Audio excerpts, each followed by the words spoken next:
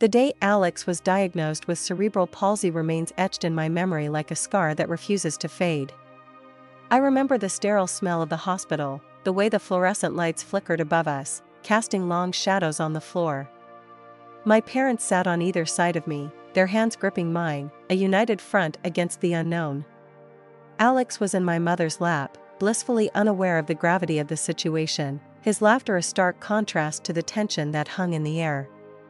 Dr. Reynolds entered the room, his face somber, a thick folder clutched in his hands. "Mr. and Mrs. Thompson, Emma," he began, acknowledging each of us with a nod. "We've completed the evaluations and tests for Alex, and I'm afraid the results confirm that he has cerebral palsy." My mother's grip on my hand tightened, her knuckles turning white.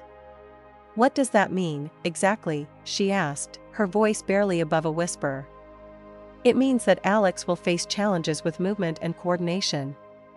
His muscle tone and posture may be affected, and he might need assistance with daily activities," Dr. Reynolds explained, his voice gentle yet firm.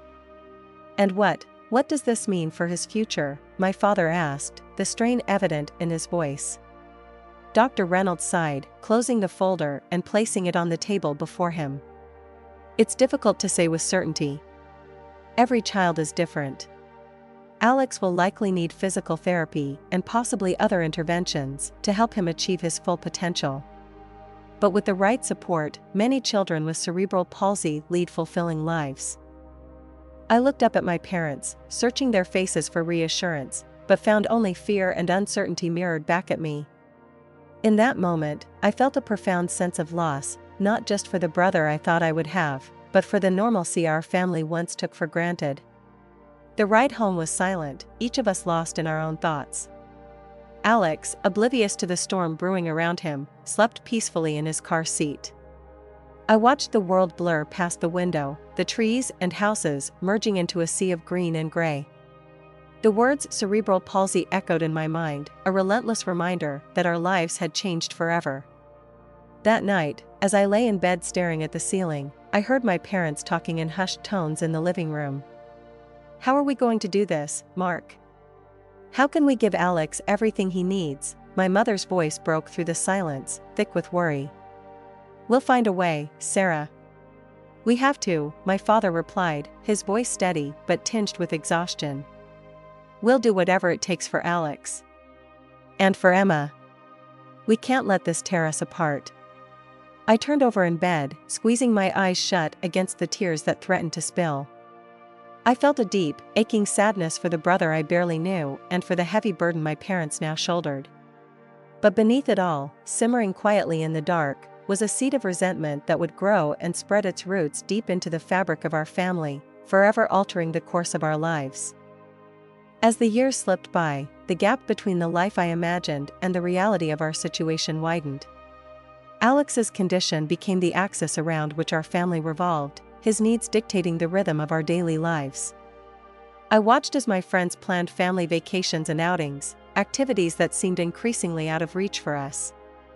Their lives unfolded in vibrant colors, while ours seemed to fade to a monochrome palette of hospital visits and therapy sessions. One particularly crisp autumn afternoon, I sat on the swings at the park, watching my classmates chase each other around, their laughter a carefree melody carried by the wind. I was joined by my then best friend, Lily, who nudged me gently with her shoulder. "Why do you never invite anyone over, Emma?" "It's always me coming to your place or us hanging out here," Lily asked, her tone light but curious. I felt a familiar knot of discomfort tighten in my stomach. "It's just, my house is boring." "There's not much to do," I lied, avoiding her gaze. Lily pushed off the ground, swinging slightly higher. "It can't be that bad. Besides, I don't come over to do stuff, I come over to hang out with you." I forced a smile, grateful for her friendship but dreading the thought of exposing her to the chaos of my home life. "Maybe soon," I said, knowing full well I had no intention of making good on that promise. The truth was, I was ashamed. Ashamed of the medical equipment that cluttered our living room, of the ramps and modifications that made our house look different from all the others on the block. But most of all, I was ashamed of the resentment I felt towards Alex, a constant, gnawing presence that I couldn't shake. That evening, as I helped my mother prepare dinner, the weight of my secret shame felt heavier than ever. My mother, sensing my quiet mood, placed a hand on my shoulder. "Emma, honey, is everything okay? You've been so distant lately." I shrugged off her concern, not wanting to burden her with my selfish thoughts. "I'm fine, Mom. Just tired, I guess." She studied me for a moment, her eyes filled with a mix of understanding and sadness. "You know, it's okay to feel overwhelmed sometimes. We're all doing the best we can, given the circumstances." I nodded, blinking back tears. "I know, Mom. I just wish things were different." "We all do, sweetheart. But we have to play the hand we're dealt. Alex needs us, and we need to be strong for him," she said, her voice firm yet gentle. I wanted to tell her then, to confess the ugly truth of my feelings. But the words lodged in my throat, unspoken. I was trapped in a prison of my own making, bound by chains of guilt and shame. Later that night, I overheard my parents talking in their bedroom, their voices low and strained. "Emma's pulling away from us, Mark. She's not the same happy girl she used to be," my mother whispered, her worry palpable even through the closed door. "We'll get her some help. Maybe a counselor could talk to her, help her process everything that's going on," my father suggested, his voice heavy with concern. I leaned against the wall, a silent observer to their conversation, and felt a surge of anger. Why did Alex's condition have to consume every facet of our lives? Why couldn't I have a normal family, a normal life? As I crept back to my room, the realization hit me with the force of a physical blow. My brother, with his innocent smile and unwavering love, had become the target of my deepest resentments. And in that moment, I hated myself more than I could ever hate him. The years rolled on, and with each passing day, the gap between Alex and me widened. It wasn't just the age difference or our diverging interests, it was the invisible wall that my resentment had built, brick by brick. I was now in the throes of adolescence, a tumultuous time for any teenager, made all the more complicated by the presence of a brother who needed more attention than I could understand or was willing to give. One chilly autumn evening, as the leaves outside painted the ground in hues of orange and red, I found myself sitting across from my parents at the dinner table, the tension palpable. Alex was beside me, his wheelchair parked at an angle so he could be as close to the table as possible. "Emma, we noticed you've been spending a lot of time at Sarah's after school. Is everything okay?" my mother asked, her voice laced with concern. I shrugged, poking at my food. "Yeah, everything's fine. We're just working on a project together." My father exchanged a look with my mother before turning back to me. "We understand, but Alex misses you.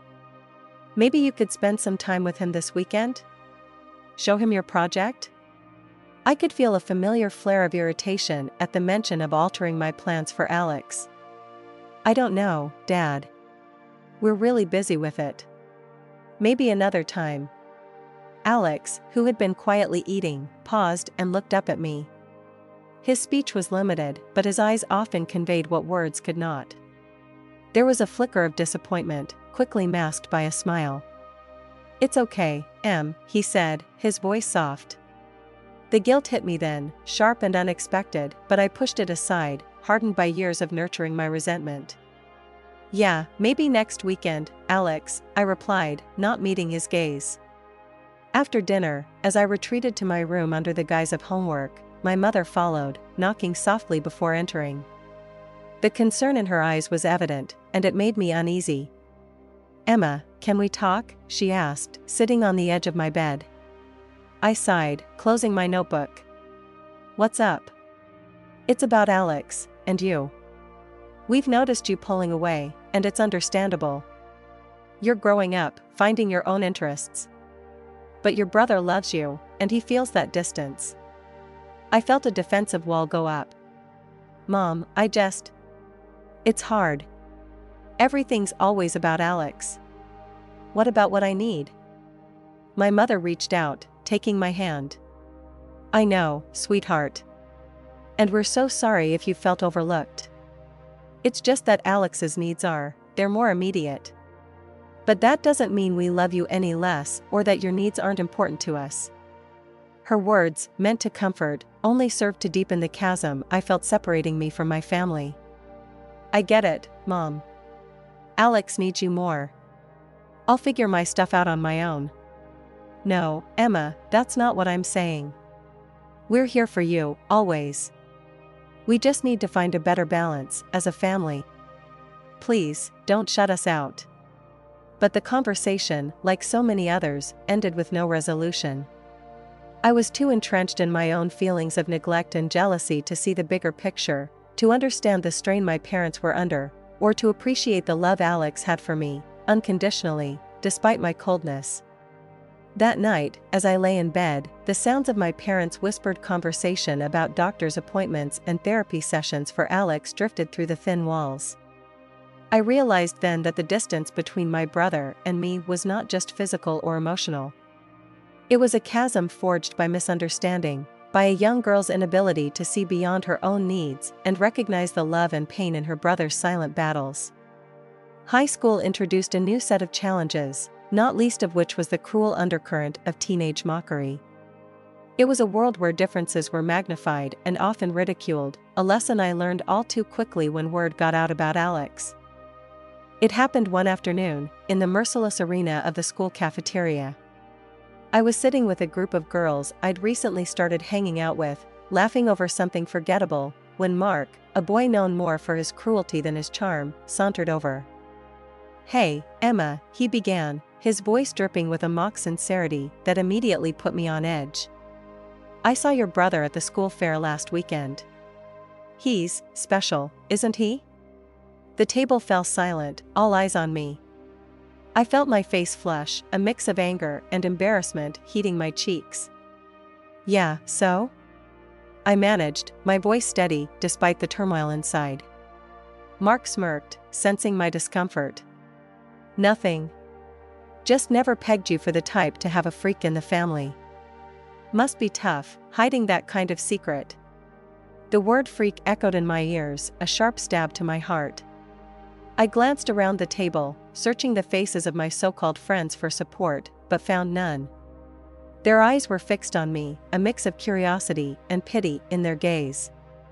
In that moment, I made a choice I would come to regret for the rest of my life. I laughed, a hollow, forced sound that tasted bitter on my lips. "Yeah, it's a real circus at my house. You have no idea," I said, playing along with Mark's cruel joke in a desperate bid for acceptance. The table erupted in laughter, the tension broken by my capitulation. Mark clapped me on the back before moving on, his point made, leaving a wake of laughter and whispered conversations behind him. Later that day, as I walked home alone, the weight of my betrayal heavy on my shoulders, I replayed the conversation in my head. I had demeaned Alex, my own brother, to save face in front of people who mattered so little in the grand scheme of my life. The realization was a bitter pill to swallow, and with each step, the shame grew, a relentless tide that threatened to drown me. That evening, as I sat in my room, the sound of Alex's laughter drifting up from the living room, I felt a chasm open up inside me.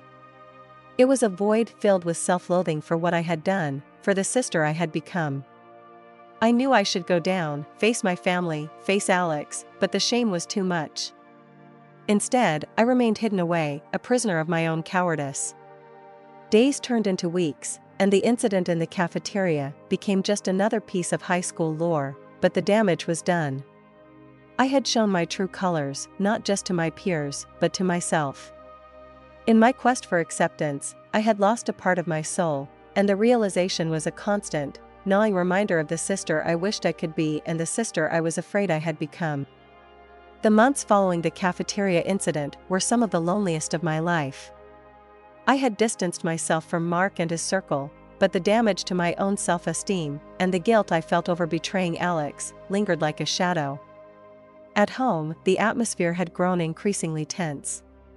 My parents, once pillars of strength and unity, now seemed frayed around the edges, their conversations often ending in hushed, strained silences or whispered arguments they thought I couldn't hear. One evening, as autumn bled into winter and the first frost painted the windows, I found myself eavesdropping on one of their conversations. The house was quiet, save for the low murmur of the television from the living room where Alex sat, engrossed in his favorite cartoon.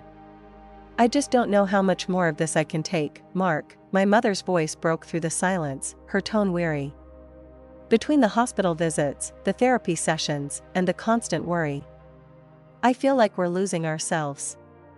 My father's response was a low murmur, too soft for me to catch. I edged closer, guilt at my own eavesdropping warring with my need to understand. "We knew this journey with Alex wouldn't be easy," he said finally, his voice stronger now, but tinged with exhaustion. "But we can't lose sight of us, Sarah. We can't let this break us." There was a pause, a heavy, laden silence that seemed to stretch on forever. "What about Emma?" my mother asked. "She's slipping away from us, Mark. And after what happened at school, I'm just so afraid we're not giving her what she needs." The mention of my name, coupled with the raw fear in my mother's voice, struck a chord deep within me. I had been so wrapped up in my own turmoil, my own guilt, that I had failed to see the broader picture, the strain my actions and withdrawal were placing on my family. "I'll talk to her," my father said, a note of determination in his voice. "We'll get through this, Sarah. Together." The conversation ended, and I retreated to my room, their words echoing in my mind. The realization that my parents were struggling just as much as I was, albeit in different ways, was a sobering one. I had been so consumed by my own shame and self-pity that I had failed to see the cracks forming in the foundation of our family. A few days later, my father knocked on my door, his expression serious. "Emma, can we talk?" I nodded, motioning for him to come in. He sat on the edge of my bed, his posture rigid, a clear sign of the discomfort he felt. "Your mom and we're worried about you," he began, his voice halting. "We know things have been tough, with Alex, with school. We just want you to know that we're here for you. That we love you, no matter what." The sincerity in his voice, the open concern, was my undoing. Tears pricked at my eyes, and for the first time in months, I allowed myself to truly feel, to acknowledge the pain, the guilt, and the love that I had tried so hard to bury. "I'm sorry, Dad," I whispered, the words barely audible. "I'm just so lost." He reached out, pulling me into a hug, his embrace warm and reassuring. "We'll find our way back, Em. Together." That conversation marked a turning point for me, a realization that hiding from my problems, from my guilt, would not make them go away. It was the first step on a long road to healing, not just for me, but for my family as well. But as the weeks turned into months, and the facade of normalcy we had so carefully constructed began to crumble, I couldn't shake the feeling that some wounds were too deep to ever fully heal. Winter had deepened, wrapping our home in a blanket of silence that seemed to mirror the growing distance between us all. It was during one of these long, cold nights that the fragile threads holding us together began to unravel, leading to a night of revelations that would change everything. I was upstairs, lost in the pages of a book, when the sound of raised voices drew me to the top of the stairs. It was nothing new, this tension that had taken root in our home, but something in the tone of this argument felt different, more desperate, more raw. "I just don't know how much more of this I can handle, Mark." My mother's voice was a sharp whisper, laced with tears. "It's not just Alex's needs anymore. It's everything. It's us." There was a heavy silence, and then my father's voice, steady but so tired. "I know, Sarah, I know. But we can't give up. Not on Alex, not on Emma, and not on us." I edged closer, my heart pounding, a sense of foreboding tightening around me. "It's Emma I'm worried about too," my mother continued, her voice breaking. "She's changing, Mark. She's pulling away from us, from Alex. After everything that happened at school. I'm scared we're losing her." My breath caught in my throat. The guilt, always simmering just beneath the surface, flared hot and sharp. They were talking about me, about my failures, my retreat into myself. "And what about Alex?" my father asked, his voice barely audible. "We can't ignore the fact that his condition is getting worse." That statement, so bluntly spoken, pierced through the fog of denial I had been living in. Alex's condition was worsening? How had I not seen it? Or had I chosen not to see, wrapped up in my own self-absorption? I should have retreated then, given them their privacy, but I couldn't move, couldn't breathe. I was frozen, caught in the gravity of their words. "We need to prepare ourselves, Sarah. The doctors, they're not optimistic about his prognosis. We need to cherish every moment we have with him, make sure he knows how much we love him, make sure Emma knows." The finality in my father's voice was a gut punch, a wake-up call. Alex was getting worse, and all I had done was wallow in my own petty grievances, blind to the precious time slipping away from us. Tears blurred my vision as I stumbled back to my room, the weight of my parents' conversation crushing me. I had been so caught up in my own world, so consumed by my own issues, that I had failed to see the bigger picture. My brother, my sweet, brave Alex, needed me, and I had been too self-absorbed to be there for him. That night, as I lay in bed, the revelations of the evening replaying over and over in my mind, a resolve began to form. It was time to face the reality of Alex's condition, to confront my own guilt and selfishness. It was time to be the sister Alex deserved, the daughter my parents needed.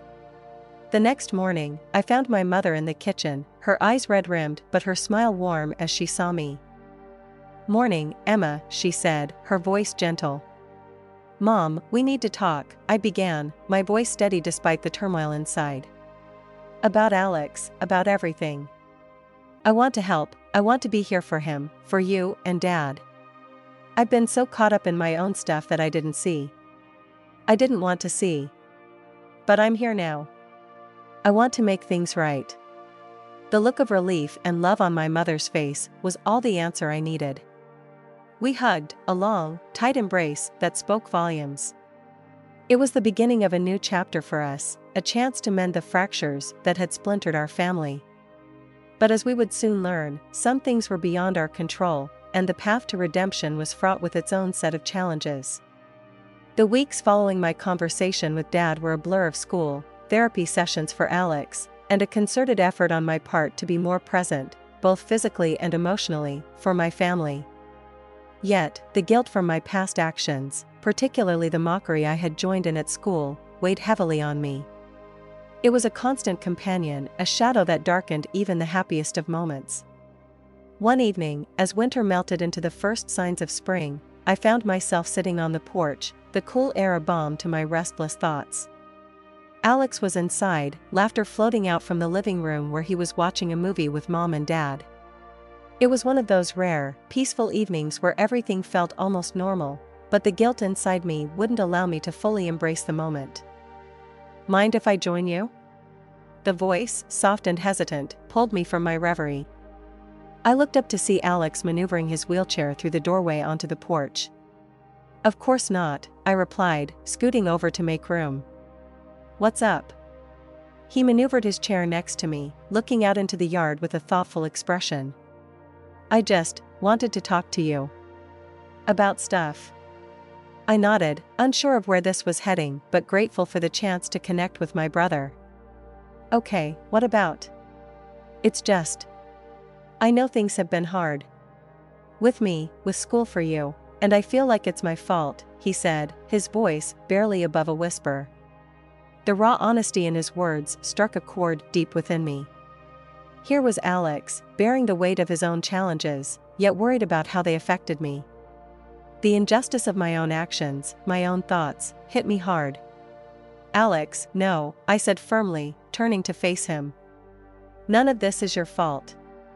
It's mine. I've been so caught up in my own stupid issues that I didn't see how amazing you are. I've been a terrible sister." Alex shook his head, his expression earnest. "You're not terrible. You're my sister, and I love you.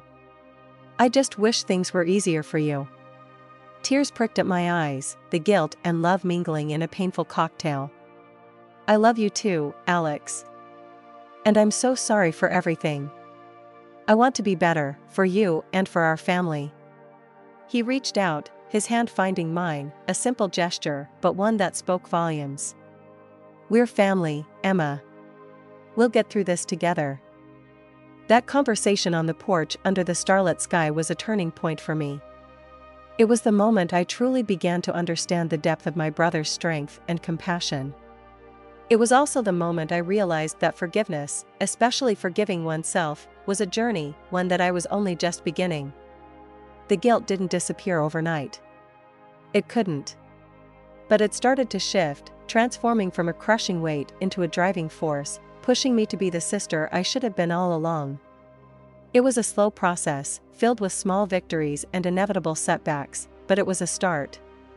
And for the first time in a long time, I felt a glimmer of hope that maybe, just maybe, I could make things right. The weeks following my father's heart-to-heart were a time of quiet reflection and subtle shifts within our household. My parents, once distant, began to weave threads of understanding and patience back into the fabric of our family life. But it was my relationship with Alex that required the most mending, a task I approached with a mixture of determination and trepidation.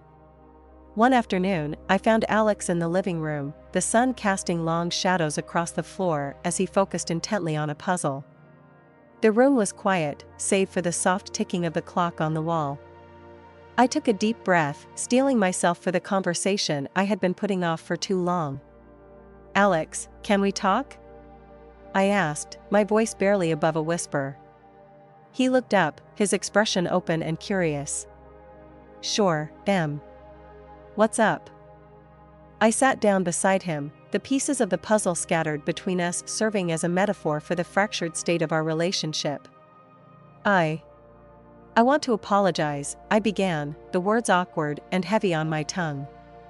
"For everything. For not being there for you, for not being the sister you deserved." Alex's gaze was steady, his eyes reflecting a wisdom far beyond his years. "I know it's been hard, Em. For all of us. But you're here now. That's what matters." His forgiveness was immediate and unconditional, a gift I accepted with a gratitude that filled my chest to bursting. "I want to be better, Alex. For you, for Mom and Dad. I want to help, to be a part of your life." A smile spread across his face, bright and genuine. "I'd like that. And Em, I forgive you. I always have." The simplicity of his acceptance was a balm to my guilt-ridden soul. We spent the rest of the afternoon talking, really talking, for the first time in years. Alex shared his fears, his hopes, and his daily struggles with a candor that left me humbled and awed by his resilience. As the sun dipped below the horizon, casting the room into twilight, I realized that this conversation was only the beginning. Forgiveness, I understood, was not a destination but a journey, one that required constant effort and understanding. In the days that followed, I made a concerted effort to be more present, both physically and emotionally. I attended therapy sessions with Alex, marveling at his determination and progress. I joined family meetings, contributing to discussions about Alex's care and our collective future with a newfound sense of responsibility. But it was during the quiet moments, the ones filled with laughter and shared secrets, that I felt the weight of my past actions the most acutely. The guilt, though lessened by Alex's forgiveness, lingered like a shadow, a constant reminder of the time lost and the pain inflicted. One evening, as I sat with my parents in the kitchen, the remnants of dinner cleared away, I voiced the thoughts that had been plaguing me. "I can't shake this feeling of guilt," I admitted, my voice thick with emotion. "Even though Alex has forgiven me, I can't seem to forgive myself." My mother reached across the table, taking my hand in hers. "Forgiveness, especially self-forgiveness, is a process, Emma. It doesn't happen overnight. But you're making amends, and that's what truly matters." My father nodded in agreement. "We're all learning, all growing. What's important is that we're doing it together, as a family. And we couldn't be prouder of the steps you've taken, Emma."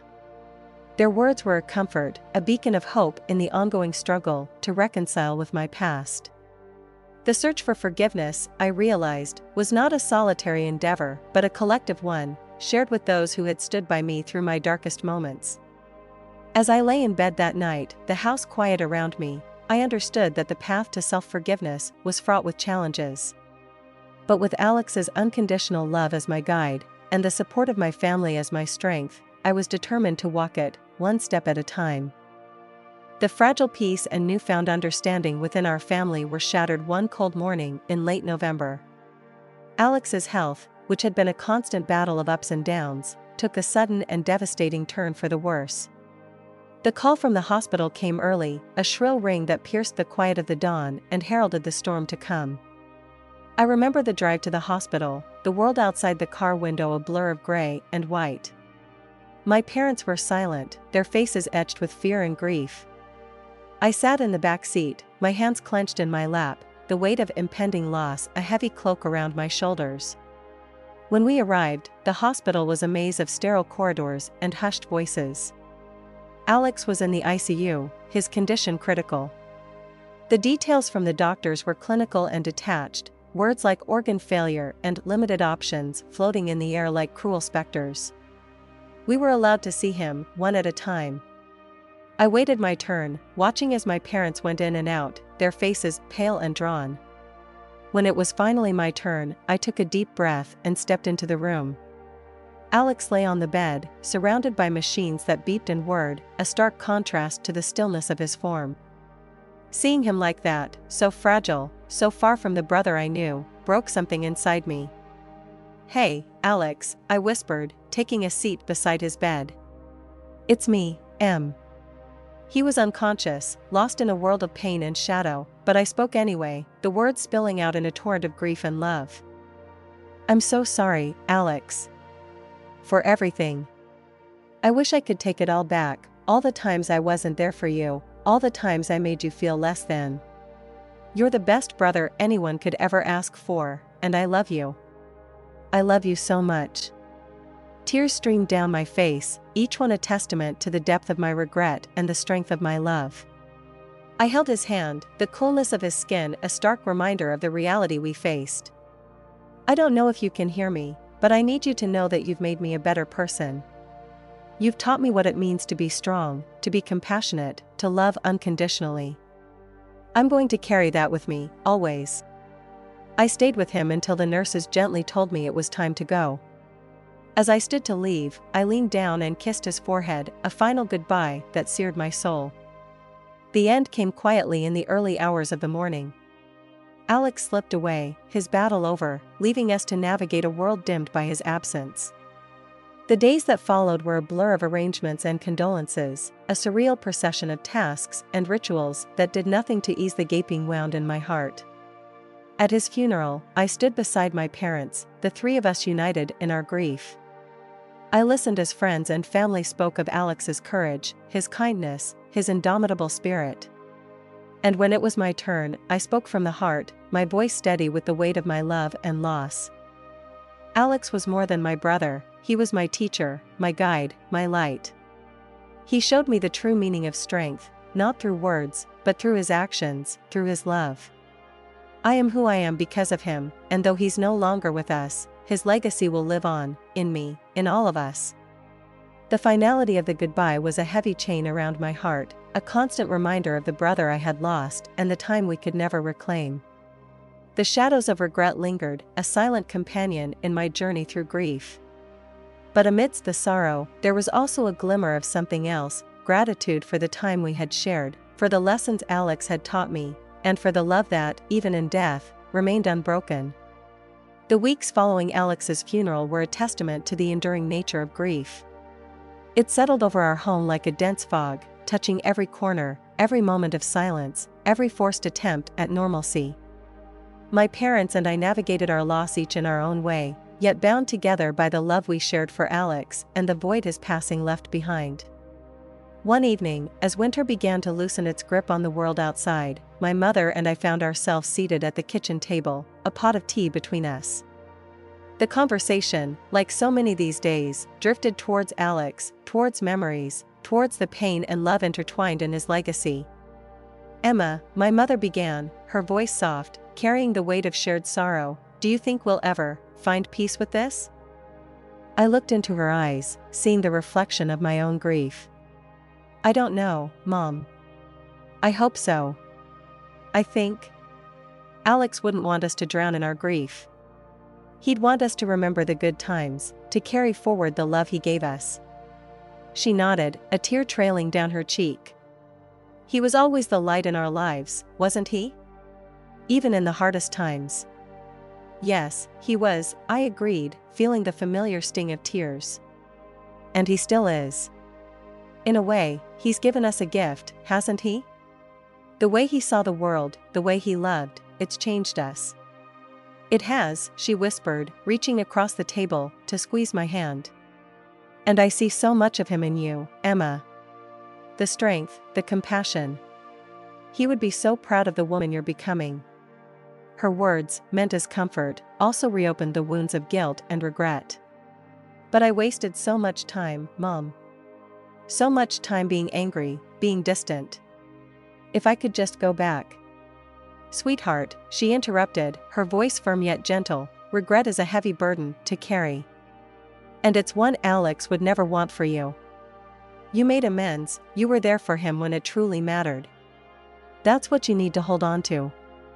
I nodded, the truth of her words a balm to the raw edges of my heart. I just miss him so much. We both do, she said, pulling me into a hug. And we always will. But we'll get through this, together. We'll keep his memory alive, celebrate his life, and the love he shared with us. That's how we'll find our peace.